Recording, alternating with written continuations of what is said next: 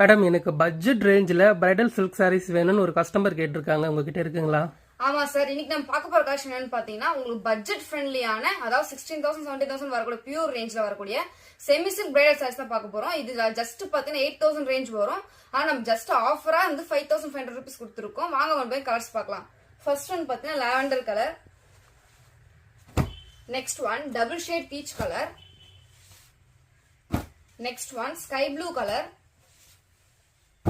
next one dark purple color, next one Ronnie pink color, next one black color, next one pathina chilli red color,